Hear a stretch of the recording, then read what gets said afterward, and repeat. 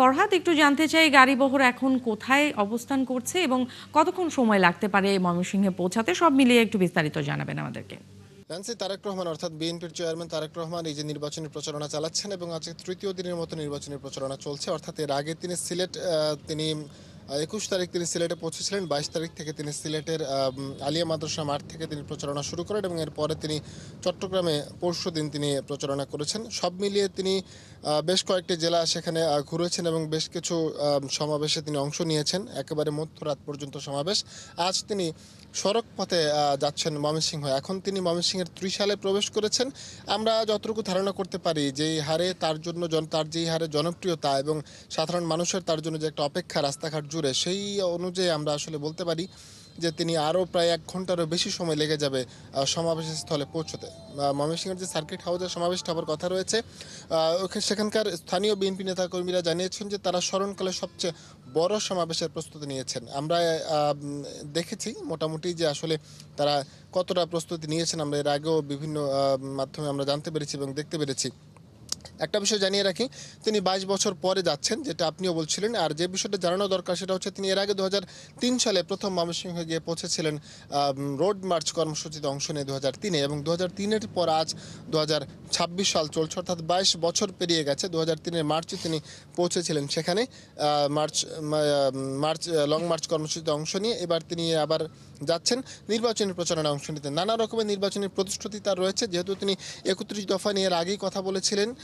তার মার 27 দফা কর্মসূচির পরবর্তী অংশ হিসেবে তিনি 31 দফা ঘোষণা করেছিলেন, যার মধ্যে রয়েছে ফ্যামিলি কার্ড, কৃষি কার্ড, তরুণদেরকে প্রশিক্ষণ দিয়ে দেশের বাইরে পাঠানো, পাশাপাশি চাকরির জন্য প্রশিক্ষিত করা। এছাড়া যারা শিক্ষার্থী রয়েছেন তাদেরকে প্রাথমিক স্তর থেকে শুরু করে পুরো উচ্চ মাধ্যমিক স্তর পর্যন্ত কারিগরি শিক্ষার একটা নতুন কারিকুলাম তৈরি করা সহ নানা রকমের তার প্রতিশ্রুতি রয়েছে, নির্বাচনের প্রতিশ্রুতি। আমরা দেখতে পাচ্ছি, আমরা দেখেছি আসলে কি পরিমাণ তার জন্য মানুষের যে একটা ভালোবাসা, কি পরিমাণ তার জন্য যে মানুষের আগ্রহ পুরো রাস্তা জুড়ে। এর আগে যখন তিনি 25 তারিখ ঢাকায় নেমেছিলেন, 25 তারিখ থেকে তার জন্য যেমন আগ্রহ মানুষের ছিল, এয়ারপোর্ট থেকে শুরু করে সমাবেশস্থল, পরের দিন তার বাবার মাজার জিয়ারত করা এবং সন্ধ্যার সময় তার স্মৃতিসৌধে পৌঁছানো, এছাড়া সিলেটে যাওয়া, সিলেট থেকে তিনি একে একে সমাবেশ করে পুরো একবারে নারায়ণগঞ্জ দিয়ে রাত 3টায় সমাবেশ শেষ করে ঢাকায় পৌঁছানো, আবার তার চট্টগ্রামে সমাবেশ করা, চট্টগ্রাম থেকে তার একে একে সমাবেশ শেষ করে নারায়ণগঞ্জের কাঁচপুর ব্রিজ সংলগ্ন যে মাঠ রয়েছে সেই মাঠে সমাবেশ করা। প্রত্যেকটা সমাবেশে কিন্তু তার জন্য লাখো লাখো জনতা অপেক্ষা করছিলেন, নেতাকর্মী সমর্থক অপেক্ষা করছিলেন এবং তিনি নানা রকমের কথা বলেছেন। তিনি বলেছেন যে বিষোদাগার করে নয়, অন্য দলকে ছোট করে নয়, তিনি তার আদর্শ নিয়ে, তার বাবার আদর্শ নিয়ে কাজ করতে চান। এছাড়া তিনি যতগুলো জায়গাতে গিয়েছেন সবগুলো জায়গাতেই তিনি কিন্তু বলেছেন যে যদি তিনি নির্বাচিত হতে পারেন তাহলে তার বাবার পদাঙ্ক অনুসরণ করে তিনি আবার খাল খনন কর্মসূচি নিয়ে প্রত্যেকটা এলাকাতে আবার যেতে চান। তো কতটুকু প্রতিশ্রুতি তিনি ময়মনসিংহের মানুষের জন্য দিবেন সেই অপেক্ষা আমাদের করতে হবে। আমরা পৌঁছানোর পরে বাকিটা জানাতে পারবো। নিশ্চয়ই ফরহাদ, আপনার মাধ্যমে দর্শকরাও জানতে পারবে সেই প্রতিশ্রুতির কথা। আপনাকে ধন্যবাদ। দর্শক, ফরহাদ আমাদেরকে জানাচ্ছিলেন তিনি বিএনপি নেতা, শীর্ষ নেতা তারেক রহমানের গাড়িবহরের সাথে রয়েছেন এবং সেখানকার খবরাখবর জানাচ্ছিলেন। যেখানেই জামাতের নারী কর্মীদের গায়ে হাত তোলা হবে সেখানেই প্রতিহত করার নির্দেশ দিয়েছেন জামাতের আমির ডক্টর শফিকুর রহমান। খুলনা বিভাগে নির্বাচনী সফরের দ্বিতীয় দিনে যশোর ঈদগাহ ময়দানের জনসভায় তিনি কথা বলেন। পরে সাতক্ষীরায় আরেক জনসভায় অংশ নিয়ে দলটির প্রধান বলেন, ক্ষমতায় এলে এই জেলাকে ঢেলে সাজানো হবে। শাহেদুজ্জামান সাকিবের প্রতিবেদন। নির্বাচনী প্রচারণার সপ্তম দিনে যশোরের ঈদগাহ ময়দানে জামায়াতে ইসলামীর আমির শফিকুর রহমানের জনসভা শুরুর আগেই কানায় কানায় পূর্ণ যশোর ঈদগাহ ময়দান। পানির জন্য মনিরামপুর, কেশবপুর, যশোর এলাকার লোকেরা এখানে যুক্ত হন দলের সেক্রেটারি জেনারেল মিয়া গোলাম পরোয়ার। অভিযোগ করেন, একটি অপশক্তি জুলাই চেতনাকে নস্যাৎ করতে না ভোটের পক্ষে প্রচারণা করছে। একটি অপশক্তি জুলাই সনদ বাস্তবায়ন না করে আবার দুর্নীতি, আবার কর্তৃত্ববাদী শাসন, ভিন্নমতকে দমন পীড়নের জন্য জুলাই সনদের ভিত্তিতে যে গণভোট হচ্ছে সেই গণভোটের নাতে ভোট দেওয়ার জন্য ভিতরে ভিতরে ক্যাম্পেইন করছেন। সকাল 10টার কিছু আগে বক্তব্য শুরু করেন জামায়াতের আমির। বলেন, গণভোটে হ্যাঁ পাস করলে 18 কোটি মানুষ মুক্তি পাবে। এ কারণে অনেকেই গণভোটের পক্ষে শক্ত অবস্থান নিতে পারছেন না। এই গণভোট হলে আর ফ্যাসিবাদী কায়দায় দেশে শাসন ত্রাসন চালানো যাবে না। এই গণভোট হলে জনগণের সম্পদের উপর হাত দেওয়া যাবে না। এই গণভোট হলে দলীয় চাঁদাবাজির রমরমা ব্যবসা চলবে না। এই জন্য কেউ কেউ গণভোটে সন্তুষ্ট না। এ সময় তিনি বলেন, ফ্যামিলি কার্ড আর নারীদের গায়ে হাত তোলা একসঙ্গে যায় না। ঘটনার পুনরাবৃত্তি হলে তা কঠোরভাবে দমন করার নির্দেশ দেন তিনি। একদিকে ফ্যামিলি কার্ড, আরেকদিকে মা বোনদের গায়ে হাত, দুইটা তো একসাথে চলে না। এ দিয়ে কি বার্তা দেওয়া হচ্ছে জাতিকে? বার্তা দেওয়া হচ্ছে আগামীতে এমন কোন দল যদি ক্ষমতায় আসে যারা এখনই গায়ে হাত দেয়, তাদের কাছে বাংলাদেশের একজন মা বোন নিরাপদ হবেন না। যশোর থেকে সাতক্ষীরা সরকারি বালক উচ্চ বিদ্যালয় মাঠের জনসভায় যোগ দেন জামায়াত আমির। এখানে তিনি বলেন, ক্ষমতায় গেলে উন্নয়ন বঞ্চিত থাকা সাতক্ষীরাকে ঢেলে সাজাবে জামায়াত। সাতক্ষীরাকে বঞ্চিত রাখা হয়েছে 15.5 বছর। সৎ মায়ের সন্তানের মতো আচরণ করা হয়েছে। আপনারা যদি আমাদেরকে উপহার দেন, তাহলে আপনাদের প্রতি আমরা গভীর কৃতজ্ঞতা প্রকাশ করব এবং এই ঋণ পরিশোধ করার জন্য পুরো সময় জুড়ে আমরা চেষ্টা করব ইনশাআল্লাহ। এ সময় গণ অভ্যুত্থানের আকাঙ্ক্ষা বাস্তবায়নে দাঁড়িপাল্লায় ভোট চান জামায়াত আমির। শাহেদুজ্জামান সাকিব, 71, সাতক্ষীরা। এদিকে সারা দেশে জামাতের নেতাকর্মীদের উপর বিএনপি নেতাকর্মীরা হামলা করছে এমন অভিযোগ করেছেন জামাতের নায়েবে আমির সৈয়দ আব্দুল্লাহ মোহাম্মদ তাহের। তিনি জানান, সুষ্ঠু নির্বাচনের পরিবেশের ঘাটতি রয়েছে এবং সরকার একটি দলের দিকে হেলে পড়েছে। দুপুরে রাজধানীর মগবাজারে দলীয় কার্যালয়ে ব্রিফিংয়ে তাহের অভিযোগ করেন, দেশের বিভিন্ন স্থানে ডিসি এসপিরা একটি রাজনৈতিক দলের পক্ষে কাজ করছেন। এ নিয়ে ইসি ও সরকারের কাছে অভিযোগ দিলেও কোনো প্রতিকার পাচ্ছেন না তারা। বিগত 2018 ও 24 সালের মতো নির্বাচন হলে পরিণতি ভয়াবহ হবে বলেও সতর্ক করেন তিনি। জামাতের নেতাকর্মীদের উপর হামলার প্রতিবাদে নারীদের উদ্যোগে আগামী 31 জানুয়ারি রাজধানীর সোহরাওয়ার্দী উদ্যানে সমাবেশ করবে জামাত।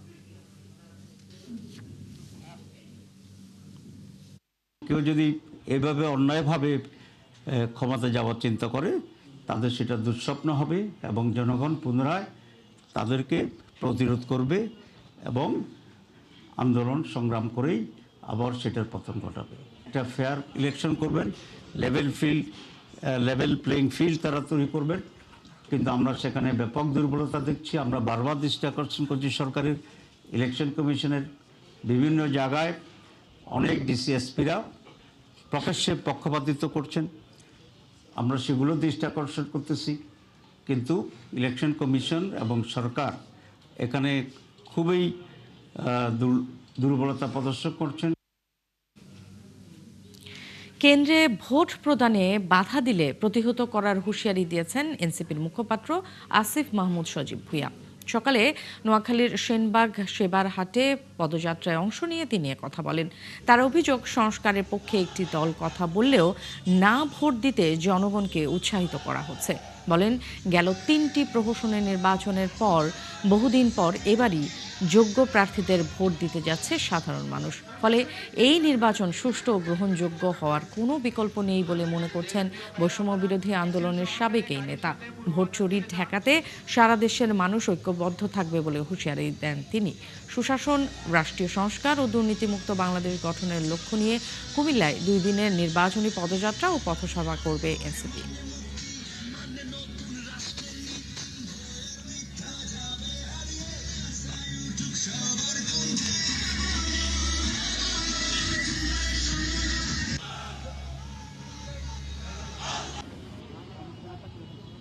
আমরা একটি দলকে বলতে শুনি, তারা বারবার সংস্কারের কথা বলে।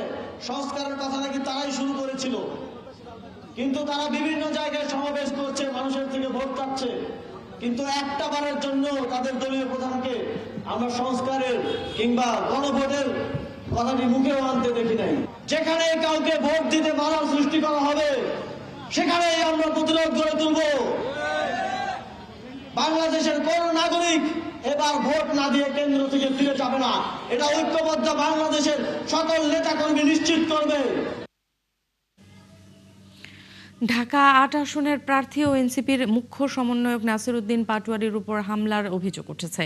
গণসংযোগের সময় হাবিবুল্লাহ বাহার কলেজে ঘটনা ঘটে। সকালে কলেজটিতে আমন্ত্রিত অতিথি হিসেবে একটি অনুষ্ঠানে যান তিনি। এ সময় তার উপর হামলা করা হয় বলে অভিযোগ করেন পাটোয়ারি।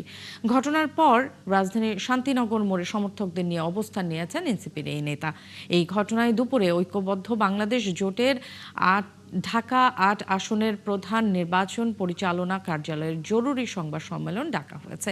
গতকাল ঢাকা ১৮ আসনে এনসিপির আরেক প্রার্থী আরিফুল হক আদিবের উপর হামলার অভিযোগ ওঠে।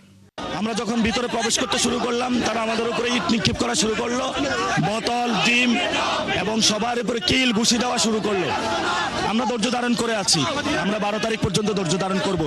জনগণকে বলবো, ঢাকা ৮-এর বাসিন্দাদের বলবো, সন্ত্রাসের বিপক্ষে দাঁড়ান। সারা দেশে নির্বাচনী প্রচারণা চালাচ্ছেন বিভিন্ন দলের প্রার্থীরা।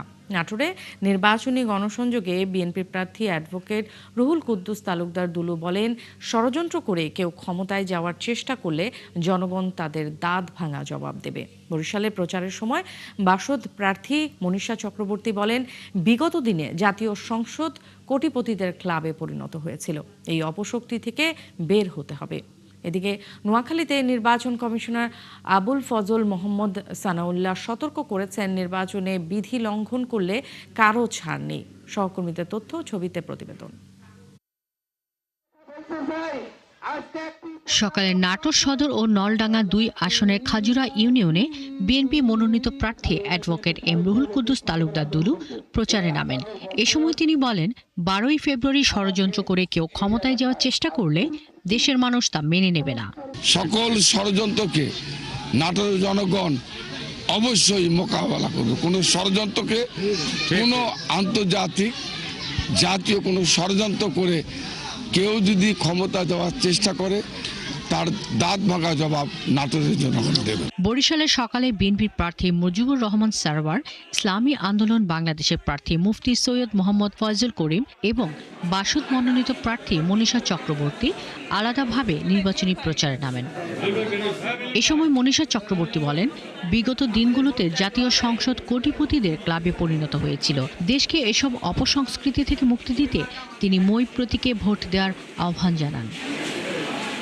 এই যে কোটিপতিদের ক্লাব, এই ক্লাব যদি ভাঙতে হয় তাহলে অবশ্যই আমরা মনে করি যে বরিশাল ৫ আসনে মই মার্কাকে বেছে নিতে হবে এবং জনগণের ক্ষমতায়নের পক্ষে রায় দিতে হবে। রাজবাড়ী ২ আসনে গণসংযোগ করেন এই আসনের ৯ জন প্রার্থী। মঙ্গলবার সকালে কালুখালী ইউনিয়নের মাঝবাড়ি এলাকায় গণসংযোগ করে বিএনপি মনোনীত প্রার্থী হারুনুর রশিদ হারুন।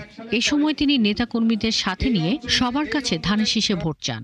এই মুহূর্তে বাংলাদেশের সবচেয়ে জনপ্রিয় দল বিএনপি এবং এই দলের প্রতি ধানের শীষের বাইরে চিন্তা করার কোনো সুযোগই আমার মনে হচ্ছে না। আমরা চাঁদপুর ৩ আসনে সকাল থেকে চাঁদপুর সদর উপজেলার বালিয়া ও বাগাদি ইউনিয়নের বিভিন্ন এলাকায় গণসংযোগ ও উঠান বৈঠক করেন শেখ ফরিদ আহমেদ মালিক।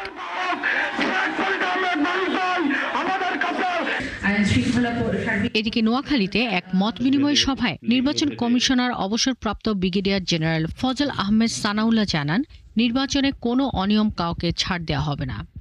আবার অনেক সময় দেখা যায় অনেক দুষ্টচক্র প্রতিপক্ষের ভোটারদেরকে আসতে বাধা প্রদান করেন। সবাই নিজের ভোটারদেরকে দেশে গণতন্ত্র সুসংহত করতে ধানের শীষে ভোট দেওয়ার আহ্বান জানিয়েছেন বিএনপির স্থায়ী কমিটির সদস্য সালাউদ্দিন আহমদ। সকালে কক্সবাজারে চকরিয়ার কোয়ারবিল ইউনিয়নের গণসংযোগের সময় তিনি এই আহ্বান জানান। সরকার গঠন করতে পারলে জুলাই গণঅভ্যুত্থানে শহীদদের প্রত্যাশা পূরণ করার আশ্বাসও দিয়েছেন সালাউদ্দিন আহমদ। বিএনপি দেশের মানুষের রাজনৈতিক দল দাবি করে দলটির এই নেতা আরও বলেন, জনগণের স্বপ্নের গণতান্ত্রিক রাষ্ট্র বিনির্মাণে কাজ করবেন তারা।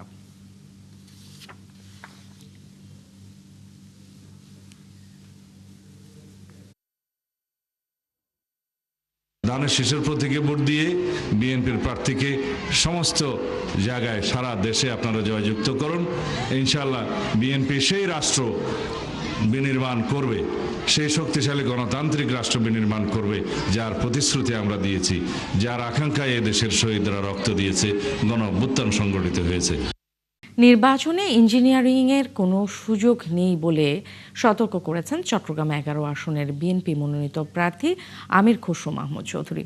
তিনি বলেন, বাংলাদেশের মানুষ এখন অনেক বেশি সচেতন। যারা নির্বাচনে কারচুপি বা ইলেকশন ইঞ্জিনিয়ারিংয়ের চেষ্টা করবে, দেশের মানুষ তাদের প্রতিহত করবে। সকালে চট্টগ্রাম নগরীর পূর্ব মাদারবাড়ি ও নালাপাড়া এলাকায় নির্বাচনী প্রচারকালে আমির খসরু এসব কথা বলেন। তার দাবি, বাংলাদেশের মানুষের নির্বাচনী সংস্কৃতি খুবই শক্তিশালী। এদেশের মানুষ সকালে নামাজ পড়ে ভোট কেন্দ্রে যাওয়ার সংস্কৃতিতে বিশ্বাসী। বিএনপির জন্য জোর করে সিল মারার দরকার নেই ও জনগণ স্বতঃস্ফূর্তভাবে ধানের শীষে ভোট দেবে বলে মনে করেন তিনি। বলেন, দীর্ঘদিন পর দেশের মানুষ তাদের ভোটাধিকার ফিরে পেয়েছে। এই অর্জনকে কোনোভাবেই নষ্ট করতে দেয়া হবে না। ইলেকশন ইঞ্জিনিয়ারিং করার কোনো সুযোগ নাই। বাংলাদেশের জনগণ অনেকদিন পরে ভোটাধিকার প্রয়োগ করতে যাচ্ছে। যারা ইঞ্জিনিয়ারিং করতে যাবে তারা জনগণের সামনে দাঁড়াতে পারবে না। বাংলাদেশের জনগণ 17 বছর পর ভোট দিতে যাচ্ছে, খেয়াল রাখবেন। তার ভোট বাধাগ্রস্ত করে ইঞ্জিনিয়ারিংয়ের মাধ্যমে নির্বাচিত হবে, সে আশা ঘুরে বালি, সেটা সম্ভব হবে না। ভোটের আসল মাঠে যেমন বিরাজ করছে উন্মাদনা, তেমনি ভার্চুয়াল স্পেসে চলছে ভুয়া ভিডিওর ছড়াছড়ি। এসব ভিডিও দেখেই বিশ্বাস করছেন ব্যবহারকারীরা। ভুয়া তথ্যের কারণে নির্বাচনী পরিবেশে প্রভাব ফেলছে। বিশ্লেষকরা বলছেন, ভুয়া ভিডিও বন্ধে সরকার এবং ইসিকে কঠোর উদ্যোগ নিতে হবে। শাহনাজ শারমিনের প্রতিবেদন। ফেসবুক ও ইউটিউব ব্যবহারকারীদের মধ্যে 80 ভাগের গড় বয়স 18 থেকে 34-এর মধ্যে, যার 70 ভাগ শহরের।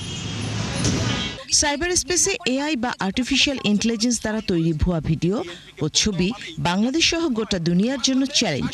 নির্বাচন সামনে রেখে এমন ধরনের ভিডিও তৈরি করছে অনেকেই। নানা মাধ্যমে সেগুলো দেদারসে দেখা হচ্ছে। অনেক মানুষই সেগুলো আসল নাকি নকল তা শনাক্ত করতে পারছেন না। ভুয়া জিনিস যদি শেয়ার করে তখন তো ওইটাতে মানুষ আরো বেশি আগ্রহ হয়ে যাচ্ছে, মানুষের নেগেটিভিটি ছড়াচ্ছে বেশি। আসলে এগুলা দেশের জন্য বিভ্রান্তিকর, হ্যাঁ আমাদের জন্য অনেক বিভ্রান্তিকর। শাস্তিমূলক কোনো ব্যবস্থা নিলে বাকিরাও কিন্তু একটু কনসার্ন হয়ে যাবে। কোনো নিউজ সম্পর্কে জানতে পারছে, অবশ্যই সেটা সম্পর্কে আমাদের একটু যাচাই বাছাই করা উচিত যে এটা আসলে ফেক কিনা, কতটুকু অথেন্টিক, বা আমি কোন নিউজ পোর্টাল থেকে দেখছি। সরকার ও নির্বাচন কমিশন বলেছিল তারা এমন ভিডিও গুজবের বিরুদ্ধে ব্যবস্থা গ্রহণ করবে। বিশ্লেষকরা বলছেন, কমিশন এক্ষেত্রে সক্ষমতার পরিচয় দিতে পারছে না। এতগুলো ভিডিও বানাচ্ছেন নির্বাচন নিয়ে, একটা ভিডিও কি বানাতে পারতেন না? যে সিম্পলি একটা গুগলের ধরেন একটা গুগল নিউজ ইনিশিয়েটিভের একটা ইয়ে আছে, স্টপ মানে স্টপ। স্টপ মানে হচ্ছে আপনি প্রথমে স্টপ করবেন, টি মানে হচ্ছে আপনি এটা টেস্ট করবেন, এরপর অবজার্ভ করবেন, তার প্রোগ্রেস করবেন। মানুষকে সিম্পলি 2 লাইনে একটা মেসেজ দেওয়া যে কোনো কিছু পোস্ট করার আগে 2 মিনিট থামেন, একটা জিনিস করেন।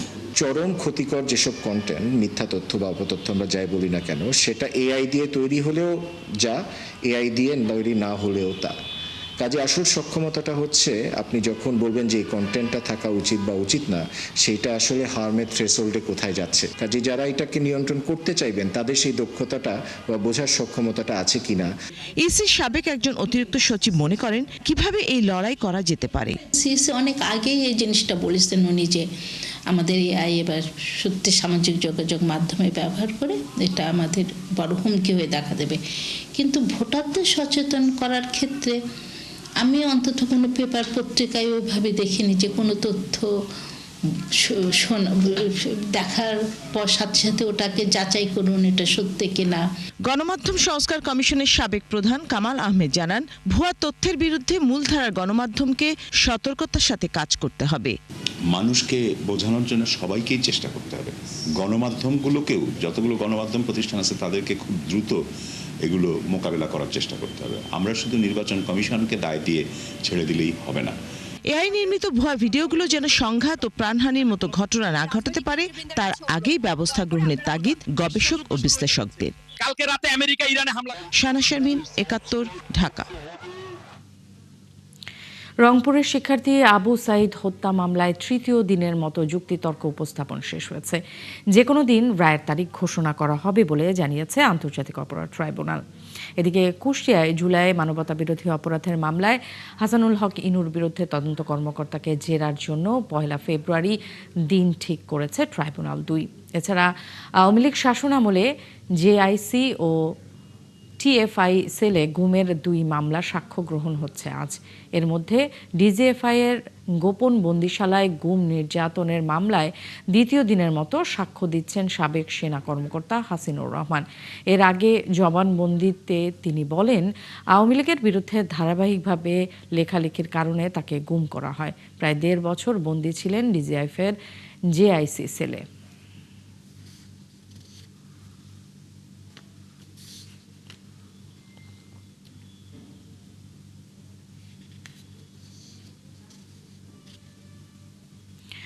পাঁচ থেকে 10 কোটি নয়, ব্যাংকে গোপন এফডিআর প্রায় 71 কোটি টাকা। নোয়াখালীর সেনবাগ ও ঢাকার ড্যামরার একরের পর একর জমি, আছে কুরিয়ার কোম্পানিও। এখানেই শেষ নয়, মধ্যপ্রাচ্যের বিশাল বিলাসবহুল নগরী দুবাইয়ে আছে বাড়ি। এগুলো হলো নোয়াখালীর সেনবাগের সাবেক ছাত্রলীগ নেতা শামসুদ্দিন আহমেদ রিয়াদের সম্পদের ফিরিস্তি, যার তদন্তে নেমেছেন জাতীয় রাজস্ব বোর্ড এনবিআর এর আয়কর গোয়েন্দারা। রুহুল আমিনের রিপোর্ট।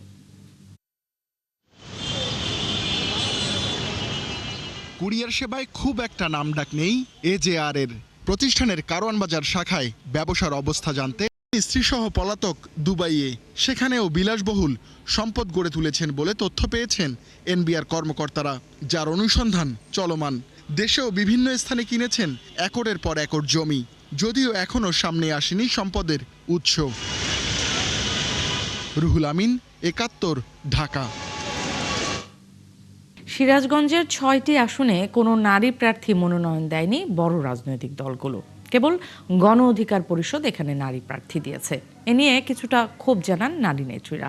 তাদের দাবি, অনেক যোগ্য প্রার্থী থাকা সত্ত্বেও সিরাজগঞ্জে নারীরা বৈষম্যের শিকার হয়েছেন। নারীর ক্ষমতায়ন হলে সামাজিক অনেক সমস্যা সহজেই সমাধান হতে পারে বলে মনে করেন এখানকার নারী ভোটাররা। ইউসুফ দেওয়ান রাজুর তথ্য ও ছবিতে প্রতিবেদন।